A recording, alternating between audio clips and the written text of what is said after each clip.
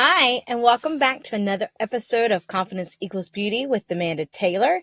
I'm your host, Amanda Taylor, and this podcast is for women who are rising into their power, rewriting their self-talk, and embracing the kind of confidence that comes from inside out. I just want to say hello and thank you for joining me today. It has been a minute. I know it has. I feel like I do this all the time, but we got busy with life, and then when I looked up, I realized it's December. So I hope you guys have been well during my absence. I'm going to get it together. I'm going to one day get it together where I can be more consistent with these podcasts. But if you're still hanging on and hanging out with me, I appreciate it. So today we're diving into a topic that so many women quietly struggle with, and it's the term excellence versus perfectionism and how this came about. I am a worship leader at my church, and I've been in the culture of worship music, specifically contemporary music, for 20 years. And in the last, I would say, 10 years, the terms excellence has really come about. As I'm sitting there listening to some of my team members talk about during worship practice, we were talking about excellence. I started noticing that I think the term excellence was being interpreted as perfection. I was just kind of thinking about it. I'm like, I wonder who else struggles with this. That is how this conversation kind of stirred in my brain to bring up this topic of excellence versus perfectionism. And these two can look almost identical from the outside. You might even think you're just being driven or holding yourself to high standards, but inside, they are completely different. One builds you, the other drains you. And today, we're not just defining these two mindsets. I want to unpack them and where they come from, how they show up in daily life, and most importantly, how you can gently shift from perfectionism to excellence, even if perfectionism has been your comfort zone for years. So today, whatever you're doing, grab your coffee, a journal. If you're running, walking, whatever it is, you're driving, let's go. Let's do this. So why is this conversation important? And why does it matter for women? Let's start with something real. So many women are raised to believe that they have to be on at all times. We have to be pleasant, smart, high achieving, emotionally balanced, productive, helpful, all at once. We're taught that making mistakes isn't safe, that being wrong is embarrassing, and that we have to prove our worth. Y'all, I feel this deep. And maybe because I put the pressure on myself, but I do. I feel like I have to be on all the time. And when I'm not on, I feel like I'm disappointing others. I feel like I can't measure up. I also feel like people are looking at me like, what's wrong with you? And I'm telling you guys, it's hard. It's hard to feel like you have to be on at all times. And the pressure shows up everywhere. In our careers, in motherhood, in relationships, in our bodies, in our creative work, and even in how we rest. Perfectionism doesn't just steal peace. It steals confidence because you feel like you're failing short. And guys, one of my absences and the reasons I've been absent is because I feel this deep, very much. I've been busy, busting butt, being a mom, building a company, just doing all the things, volunteering, mentoring, running children to activities, being a wife. Now it's Christmas, setting up Christmas decorations. 2 weeks ago it was Thanksgiving and how to prepare a really good Thanksgiving for everyone. Or how to be present during Thanksgiving and having it to be fun. And when this happens, this mentality kicks in, I shut down. I struggle with creating content. I struggle with creativity. I struggle with feeling like I matter. And I think this is one of the major reasons why I think this is so important to talk about this topic. And this is why the shift to excellence is so important. Excellence lets you pursue greatness without losing yourself. So what does excellence actually look like? Well, excellence is empowering, not exhausting. So I want to paint this picture. Excellence says, I'm committed to doing my best, and I'm committed to growing. So I'm going to use me writing a book as the example. Writing my first book, Awaken in Her, was probably one of the most uncomfortable things, hardest things I have done. I have told myself for years I'm not a strong writer. I have also struggled with the idea that, oh my God, this book has to be different and better and perfect and whatever you want to say in those words. But I struggled with, oh my God, this may not be good enough. I don't know who wants to read this. I don't know if it will help anybody. But I made a decision that I was committed to writing my heart. And I wanted to help other women not repeat some of the same mistakes I did. So I had to change the mindset of this book may not be perfect. I'm human. It's okay. But Awaken Her was the moment I changed my mindset that each time I sat down and wrote, each time I did an edit, each time a new topic came up that flowed into another topic, I committed to learning and growing in the process. And that is what excellence says. It's a mindset that focuses on progress, not perfection. Women who embrace excellence live in what I call a progress-oriented lifestyle. And I like that, progress-oriented lifestyle. Every experience becomes a teacher. Mistakes become data, not character flaws, and effort becomes something to be proud of, not judged. The day I hit submit on my book and it was finalized, it was edited, it finally got uploaded into Amazon, it was something I was so proud. I finally did it. Did I learn a lot along the way? Yes. Is the book perfect?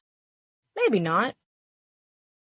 Do I like the outcome? Yes, because it was a project I wanted to do forever. It was a start and finish, and I did it. And that is why it's important to have an excellence mindset. Excellence is grounded in high standards, but realistic ones. So when you set something that you want to achieve or do, really try to make it very realistic. Reality of me writing my very first book and it being a New York Times seller, probably not going to happen. But that's okay because they've come back to me and said, thank you. I needed the content in this book. So excellence is grounded in high standards, but realistic ones. Consistency, not intensity. All right, consistency is a thing that can be a struggle for us. I will raise my hand to this one. I struggle with consistency, specifically this podcast. I get going, I get momentum, and then something happens and life happens, and then there's a break. That's something that excellence, if I was to have the perfected mindset or a perfectionism type mindset, I would be so hard on myself. If I change it to an excellence mindset, I just have to work on being more consistent. And each time I do it, it only is going to get better. Learning, not punishment. Excellence is about learning. When you do something and it doesn't turn out the way you think it should, take a look at what happened and maybe why the outcome wasn't the way you thought it would be. What did you learn in the process? What did you learn to do? What did you learn not to do? Because something doesn't come out the way you think it should, or your perfect idea, doesn't mean that you're being punished. It just means you have to pivot and learn something different. Momentum, not stagnation. Moving forward, continuously having momentum. That helps. Courage, not fear. It takes a lot to do something you love. It takes a lot to start something new. It takes a lot to achieve the things you want to achieve. So let's recap. Excellence is grounded in high standards, consistency, learning, momentum, and courage. Excellence allows you to say, I can work hard, but not sacrificing my mental wellness to meet a standard that doesn't exist. It encourages healthy risk-taking, creativity, confidence, adaptability, and emotional resilience. Excellence expands your life and it invites you into possibilities.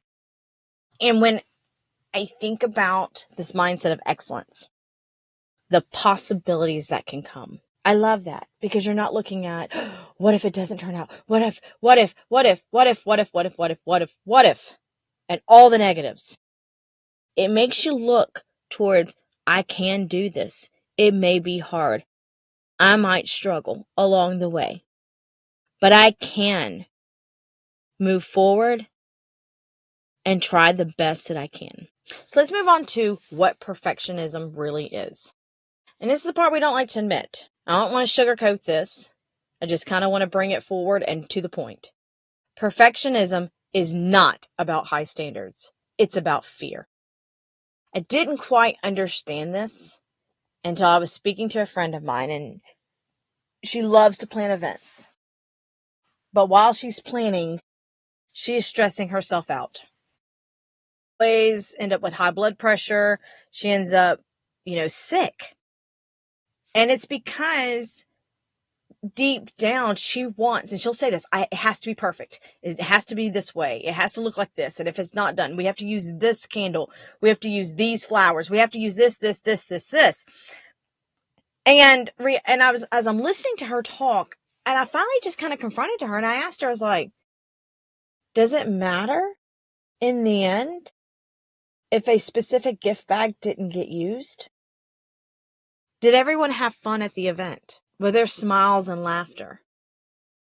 Was it an enjoyable event? And she stopped and she said, yeah. It's like, what's your biggest concern? She goes, I'm afraid that I put all this effort into something and no one likes it or enjoys it.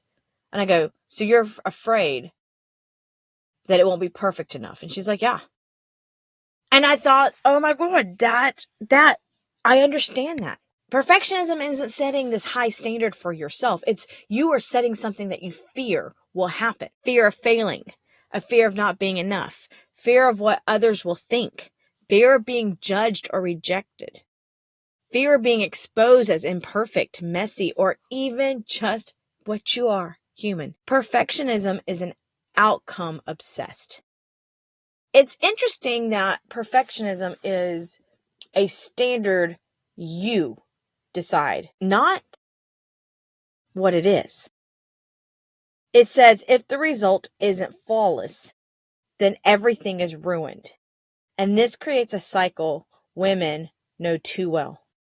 And here's the cycle: overthinking, procrastinating because the stakes feel too high, rushing, stressing, criticizing yourself, and then just avoiding taking risk at all.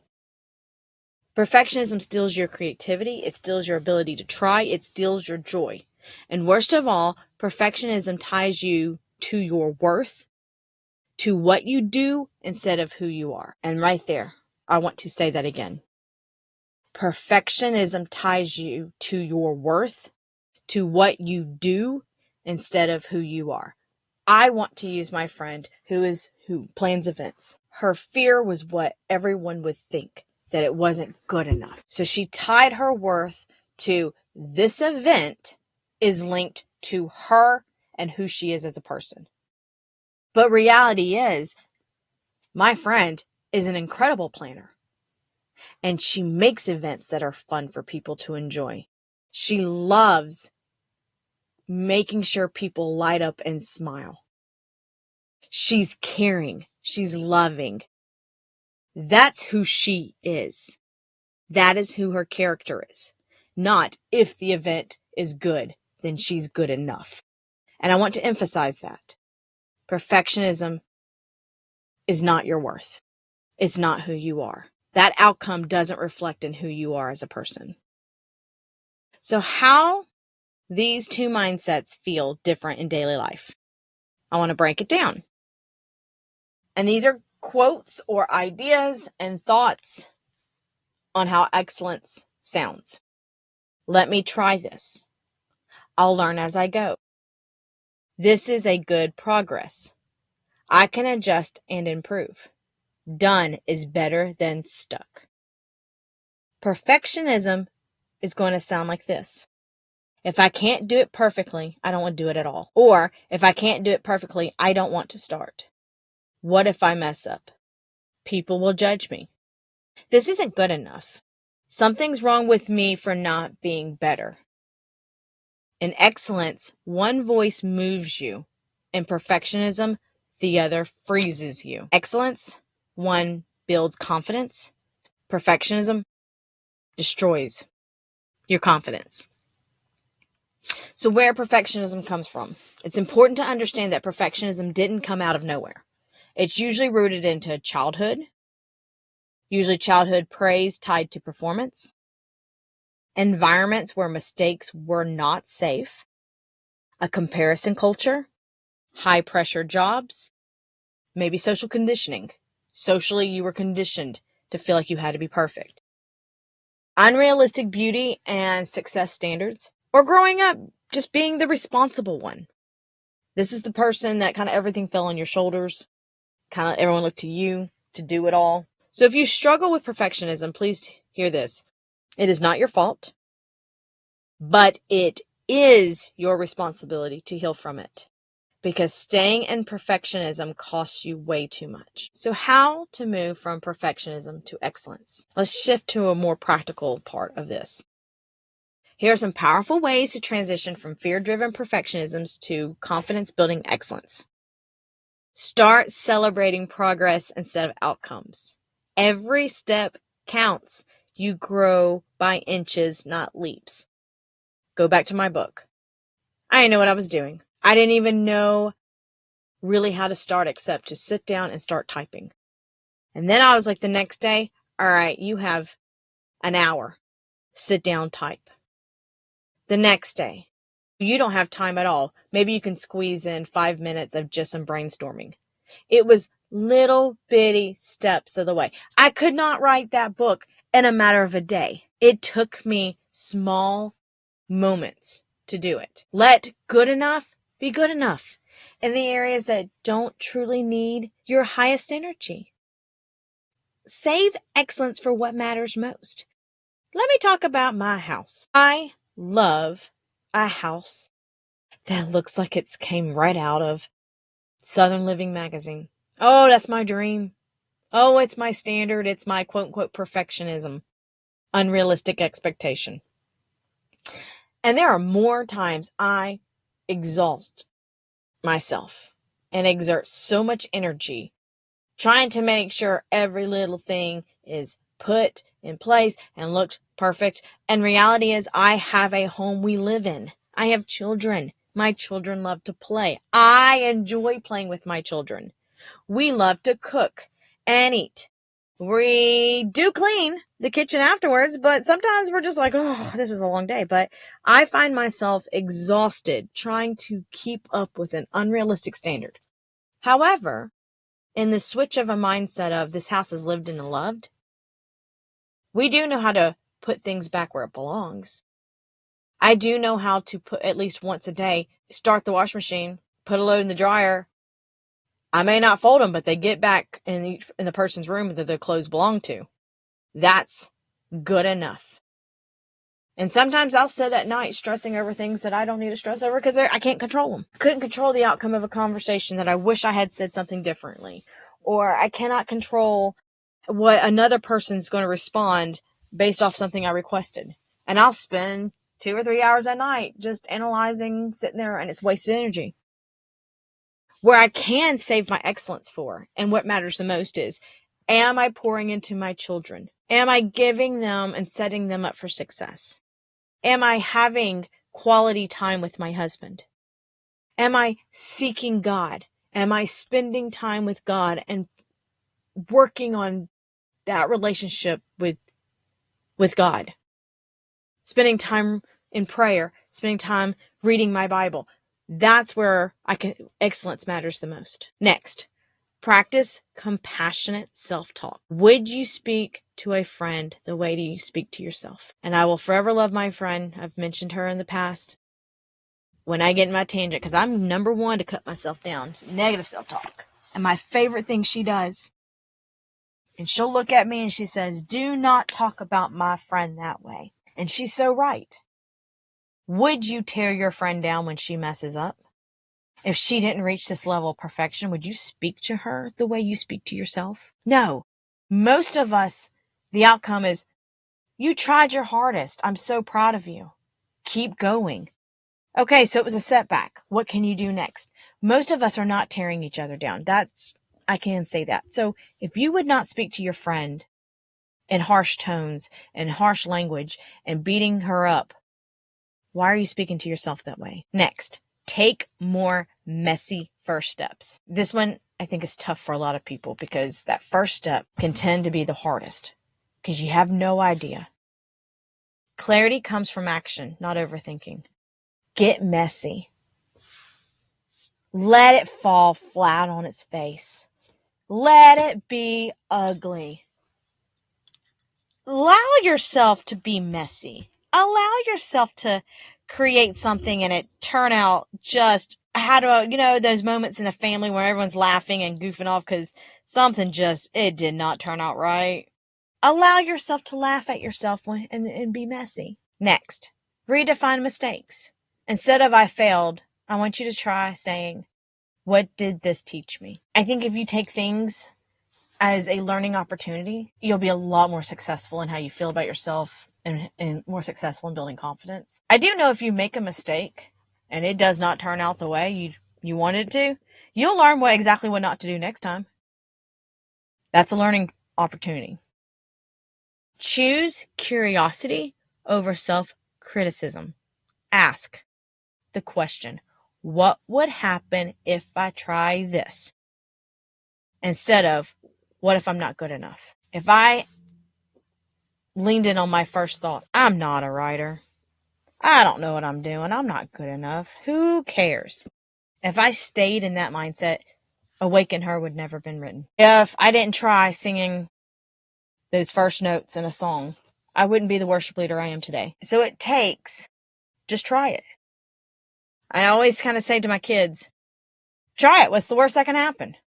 Usually they'll tell me the answer. And I'm like, okay, if that's the worst that can happen, then everything else is better.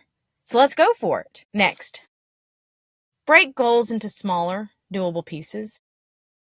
Perfectionism is like a giant with overwhelming, unrealistic goals. Excellence loves momentum. You can take your big goal and you can break it down and achieve those little breakdowns. And when you look back, you'll see how far you come. And then when you finally get to the end, it's an amazing feeling. Allow yourself to rest without guilt. You're not a machine. Hey, moms. Hey, women in college. Hey, empty nesters that are trying to figure out how to make Christmas perfect with your kids coming back in town. You're not a machine. It's okay to rest. It's very productive to rest. Struggle with rest. And something I'm learning to do, and I'm going to encourage you to do, is schedule rest time. I know it sounds silly because you're like, okay, at 1:30, I'm going to rest. And you're kind of like, your brain's like, okay, I got to rest. And then you're there and you're like, okay, it's 1:30, I got to rest. But sometimes scheduling it, you can look forward to it. At 1:30, I can take a break. I can prop my feet up. I can enjoy the savory snack that I want to enjoy. I can watch the TV show. I can read a book. I can close my eyes. And just close my eyes for 20, 30 minutes if you can. Sometimes you can't. But you're scheduling literally a mental break. Rest is so productive. So I want to talk about a confidence building reflection. If you're listening right now and thinking, wow, I've been living in perfectionism more than I realized, let me offer you a moment of grace. Let's take a deep breath. Inhale. 1, 2, 3. Let out. 1, 2, 3. Take a breath. You're not behind. You are not failing. You are not broken. You're learning new ways of being. A kinder way, and that is courageous. Confidence isn't by doing everything perfectly. Confidence is built by showing up even when you feel unsure. It's built by trying again, by learning, by continuing, even when it feels uncomfortable. Excellent is not about who you should be. It's about who you are becoming. So in closing, I want you to take one powerful thought with you. You do not need to be perfect to be worthy. You do not need flawless results to be valuable. And your confidence grows every time you choose progress over perfection. And thank you for joining me today on Confidence Equals Beauty with Amanda Taylor.